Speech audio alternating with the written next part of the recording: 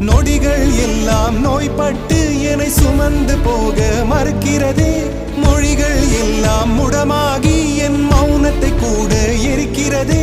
சுவாசிக்க கூட முடியவில்லை, என்னை வாசிக்க மண்ணில் எவருமில்லை. என்னை எனக்கே பிடிக்கவில்லை காரணம்